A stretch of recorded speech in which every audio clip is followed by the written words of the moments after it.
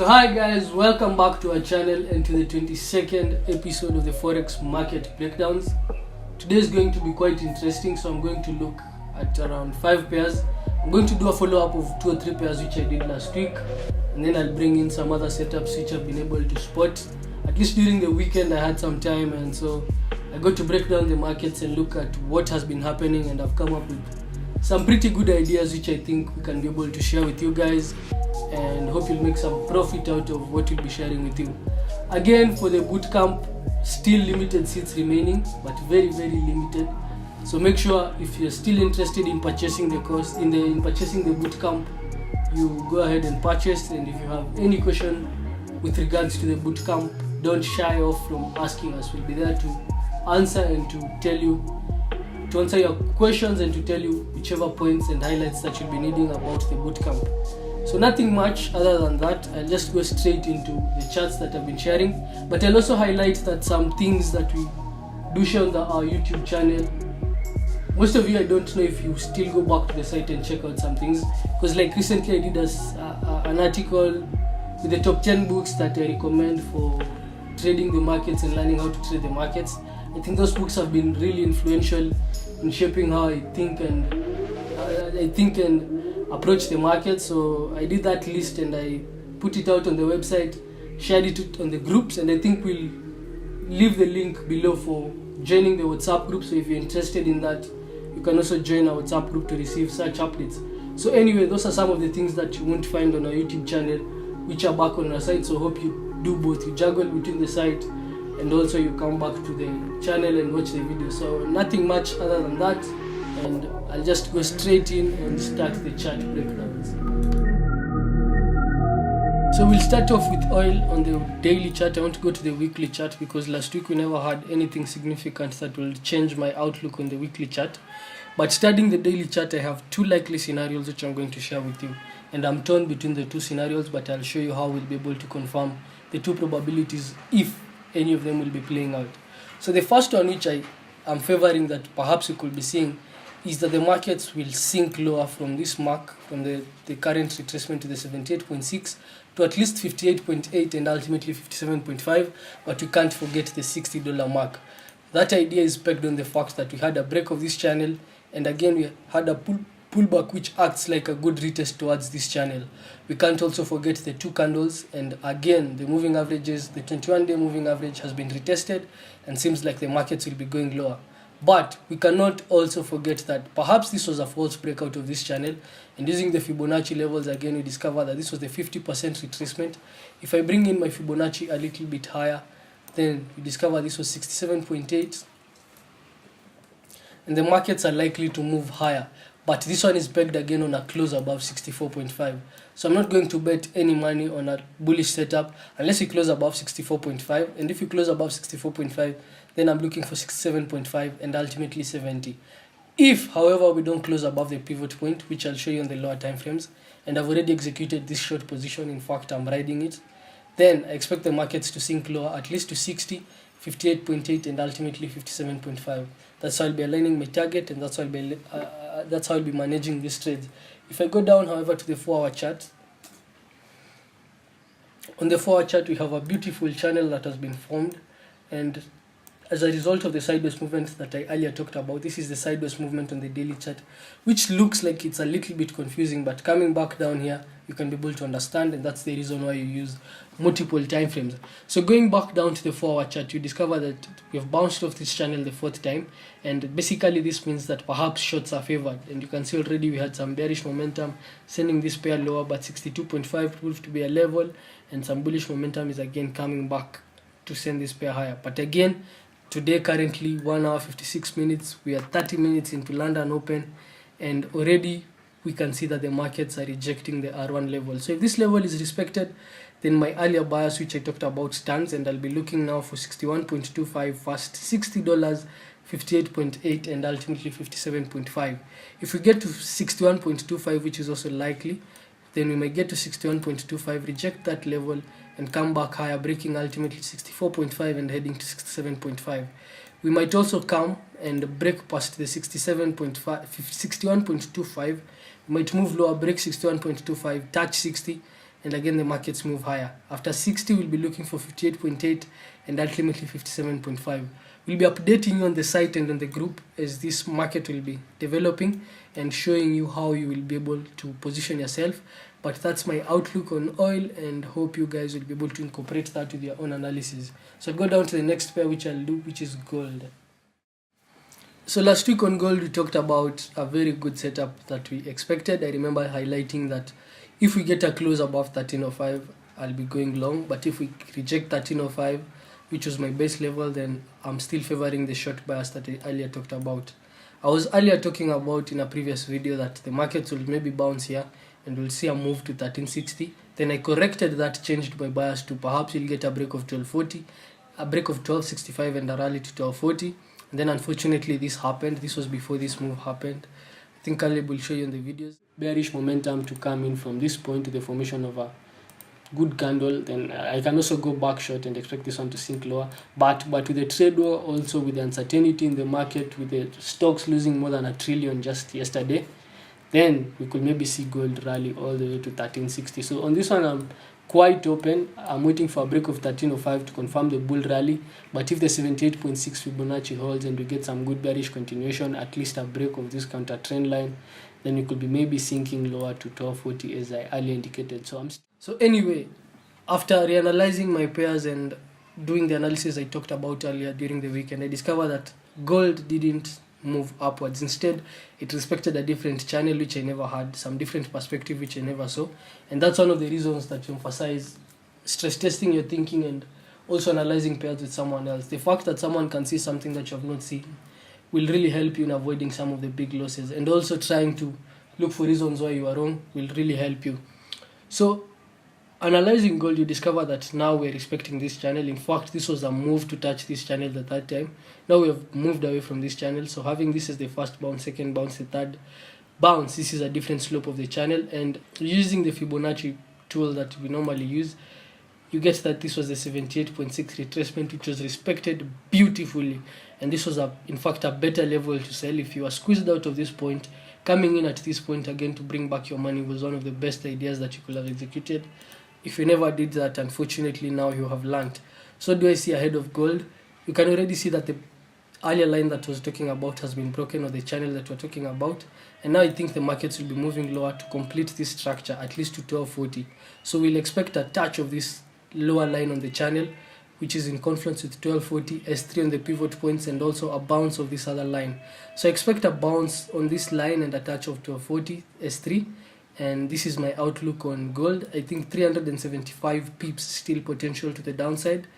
Holding this trade maybe for a week or two, and you'll be garnering and banking those pips. So I won't even go down to the 4-hour chart. This is enough. This is the best setup I can share with you at this point. And also, I think I should warn you to be careful on your entries.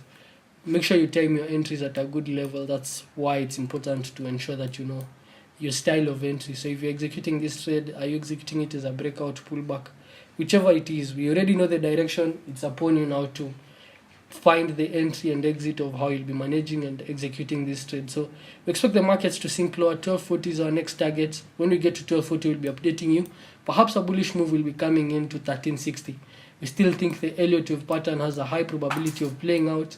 And I think what is happening is that we're moving this 4, we're moving the 4 from 1265 to 1240, and I think that's highly probable and likely to happen. So watching out for 1240 on oil, 1240 on gold, 375 pips to the downside. Hope you guys take the time and hope you find an entry and bank these pips, which are between these two levels, 1275 and 1240. On to the next pair. So this is dollar yen. I also looked at dollar yen last week. I remember highlighting that this was one of the best buys that we talked about. And if you bought currently, you're up 100 ticks at least from 109.2 now. Currently we are trading at 110.09. So 80-90 ticks, but you've already gotten to 100 pips in profit. So I still think that the markets have some potential of moving higher, and I'm watching out for 111.1 still. A retest of this line, a touch of this key level, and at least a third bounce on these moving averages, or the 21-day moving average. So going down to the 4-hour chart to follow up on what is happening, because this one I've not changed my bias on this pair. I'm only following up on what I talked about earlier. So this is the 4-hour chart, and we are currently bouncing off this channel. So I can just duplicate this to show you the channel I have. And pattern recognition is really important, and I think you should take your time practicing these things, because once you discover pattern recognition, you're very keen on trying to be following the markets and to anticipate the patterns that are being formed. This is a correction, so we've seen a correction all the way from 109 to 110.38. This was the first target I talked about last week on the analysis that I was doing. I talked about over touch of 110.38 and waiting for a bounce off this line, perhaps ending this market lower. I still hold on to that. So if this line is respected and you see a break of the counter trend line, this inner line, this channel that I'm talking about, and a break of 109.594, then we could be probably seeing the formation of new lows, and following the Elliott patterns, then perhaps this could be wave 1, then you had a 2, then you had a 3, this could be 4, and perhaps it could be getting a 5 coming in lower. But that is pegged on the fact that we break this line and take out at least 109.594. If that doesn't happen, then the other bias that I earlier talked about on the daily chart still holds, meaning we could see the markets move lower, respect these levels, and again squeeze out all these people who have executed shorts and move higher to touch 111.1. So it's a game of probabilities, it's a game of knowing how to align yourself with the markets. So if I was to trade this one, which I'm not really doing, I'm not going in short for this one. I currently have other positions which I think are better than this one. So if I was to trade this one anyway, I'd first execute my short position at this level, wait for 109.594. If I get any bullish signal, then I'm out and I'm anticipating this move to touch 110.1.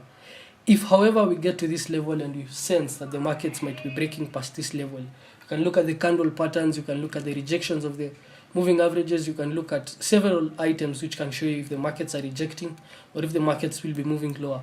A consolidation or perhaps some good patterns which suggest bearish momentum, then I'll be betting that the markets will be moving lower to 108.8 and ultimately to the next level which I have down there.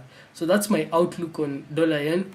Two scenarios like oil that I earlier did, and I think if you're able to align yourself with the two scenarios, then you'll be able to make money. Can't see any other possibility that is likely to happen on this market, and as I earlier said, it's a game of probabilities. So looking at the probabilities, perhaps a move to touch 108.8, but before getting there, 109.594 tells us if we're right. A break of that confirms our move to this point. A rejection of this makes the market move higher to 111.1, which is the other outlook I have, and you can also be able to make money. So make sure you are flexible and aligned with either side of the markets. So I'll do the last pair, which is pound. I'll look at pound pairs as the last pairs that I'll be doing. So this is pound. I'm looking at pound because last week we had a big move on pound, which I think has made us calibrate that perhaps we could be correcting the inefficiencies in the market. We at times look for such events and try to capitalize on the moves that are happening by betting on the other side, moving with the markets. So looking at pound weekly chart, I'll start off from the weekly chart. Pound has been moving lower now for quite some time. I think since the Brexit saga started, pound has been forming lower highs and lower lows with some intermediate bullish trends. So using the Fibonacci patterns on the weekly chart, this was a 50% retracement. We missed 50 by some few pips, but this was close to 50. And you can see it's aligning perfectly S2 27.2, which is also a level 1.20. The markets are actually trading here some times back before we had this bullish move. So perhaps we'll be seeing pound tank all the way to 1.20. 600 pips still on the table. Currently we are trading at 1.2686. A move to 1.20, that's 700 pips on the table. We, however, don't trade in that style. We look for 200 or 150 pips on a single trade. We don't like anticipating the big moves. Anyway, this is pound now on the daily chart. So last week you can see we had a drop all the way from 1.3 to 1.27, bypassing the 1.2850 and other levels that are in between. So if we get a continuation below 1.27, then first of all I'm looking for 1.2590, which is 1.26, rounding it up. Then I'll be looking for 1.2450. However, I think that pound could be setting up for a reversal back upwards, especially with the close of today. I think this is just a hammer that will be forming today. I, however, don't trade what I think, I trade what I see. So I'll be waiting for the markets to confirm what I'm thinking. So I'm looking for a bullish setup on this one. I'm not looking to go short. Going short after such an extended move is only done by newbies. Yes, you follow the trend, but follow the trend at good points. Following the trend at this point, I think, is killing yourself. No matter how low the market might go, selling at these points will only make you lose money in the long run. I'm looking for bullish setup. So if we get a good close above 1.27, then I'll be looking for a move to 1.2850 and ultimately 1.3. However, if we get a break of 1.27, which I suppose could be a short squeeze of those who already executed long positions at this point, then I think the markets will sink to 1.26 and you'll see a quick return move. So on this one, I'm still trying to time a short play and going down to the 4-hour chart to look at the patterns which will be forming on the 4-hour chart. So this is a channel I had. We had a break and a retest of the channel, a move to touch 1.3150 and a collapse now from 1.3150. Straight leg with some minor corrections which were in form of consolidations to 1.27. Now the touch of 1.27 gives me more confidence to go long. Why, you may ask?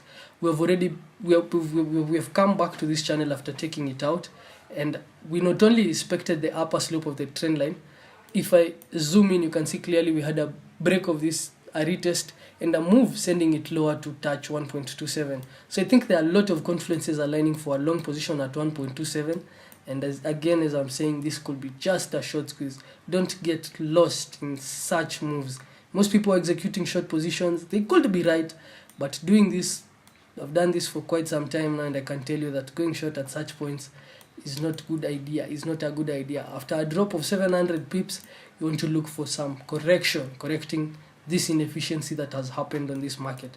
So perhaps S2, a break of S2 1.26173, 1.26 will confirm my short bias, but I'm looking for buy positions. So if we get to S2, gives me a good signal, I'm buying. If we reject this price, gives me a good signal, I'm buying. And my first targets on my buy position, 1.2850 first, a retest of this channel, then I'll be looking for 1.30. But 1.2850 is the best level, and that's 150 pips, not some bad pips on a good day or trading the cable pair. So that's all from me. I'll leave the floor now to Caleb to do the rest of the pairs, and hope you guys will profit from what I've given you. Hi guys, so I'm back again with my Antipodian pairs. I think from right now you should just be calling me Mr. Antipodian, because I basically just do the Aussie dollar pairs. But anyway, I love them. I've been following them for a long time, and that's why I like giving you best analysis on the Aussie pair. So today I'll just do Aussie dollar and maybe a short cover up on GA. So basically, looking at this chart on the Aussie dollar, we've been within this channel that we covered for a long time. We've covered this. If you've been following my analysis, you've been seeing we've been in this channel for a very long time, and we've been really respecting it. So up here, when we had this first touch, if you remember well, we had that beautiful touch over here, and we formed another lower high, and the market has been dropping ever since, forming new. Now we are about to form new lower lows. If you've been following my analysis, you can see down here, I wrote this at the beginning of the year. I said this is a flash low, not a solid low. So this was just a flash crash. We can't say this was a new low, and that's why I said also in a certain analysis that many people will think that now the market has changed direction and we're going up. But following the overall market analysis, the US dollar has been having a lot of strength. So across the board, if you look at the pound, the euro USD, it's all been dropping.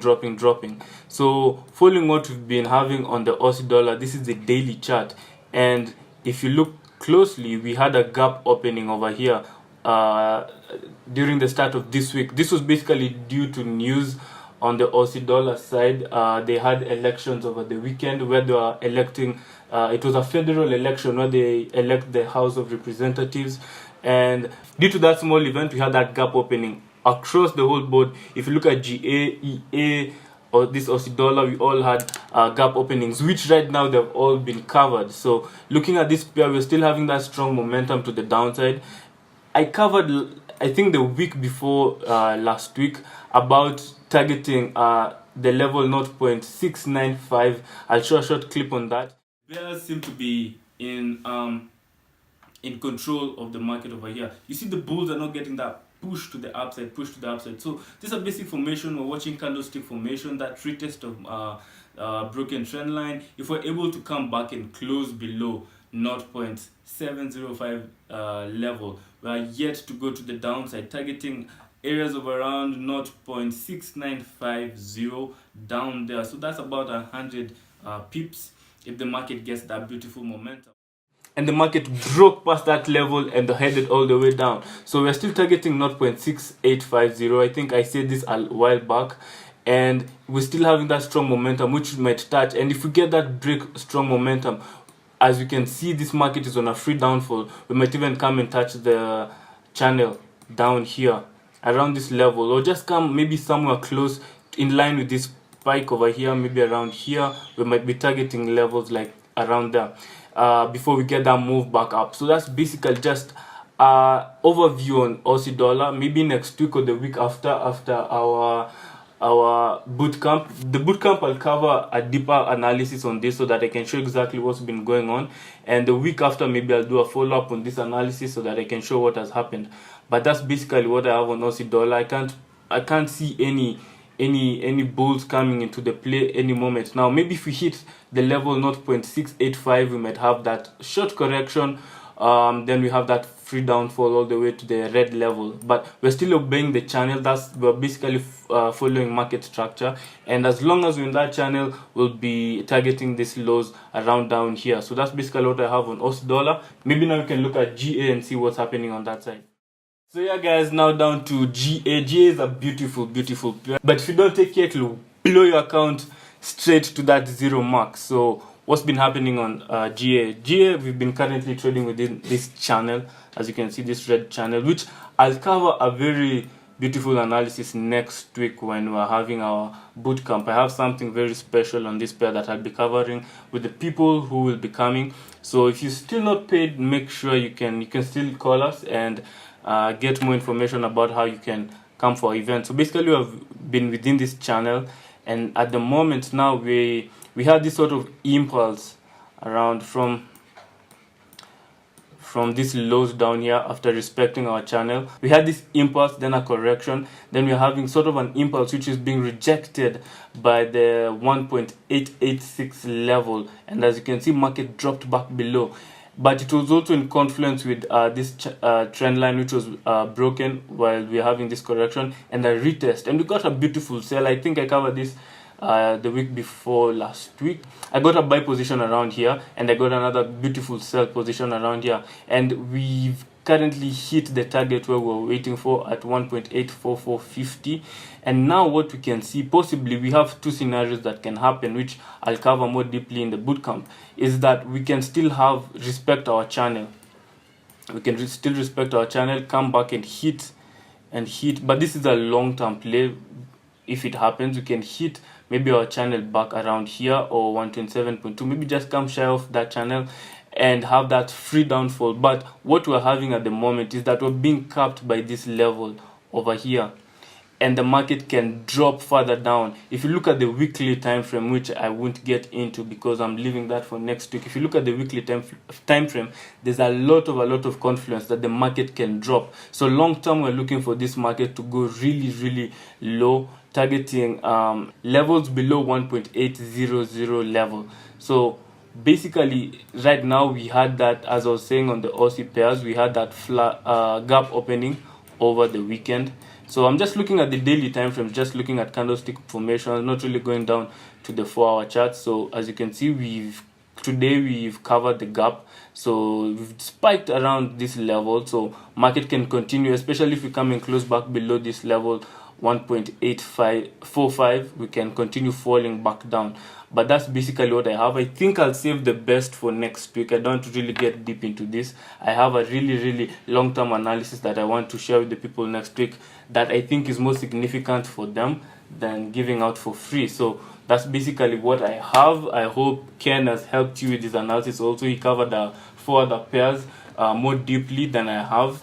And that's basically what we have for this week, guys. I hope you've enjoyed. We'll cover more next week but one, I'm sure. Next week we may be a bit busy, but next week but one will come up and catch up and see how the pairs played out. So that's basically it from us, guys. I hope you enjoyed. Make sure to like, share and subscribe. Comment below, please let us know what you want us to do, which other pairs you'd like us to analyze, because sometimes we might become repetitive with the pairs we do. So please let us know and we'll cover that very, very soon. So see you guys.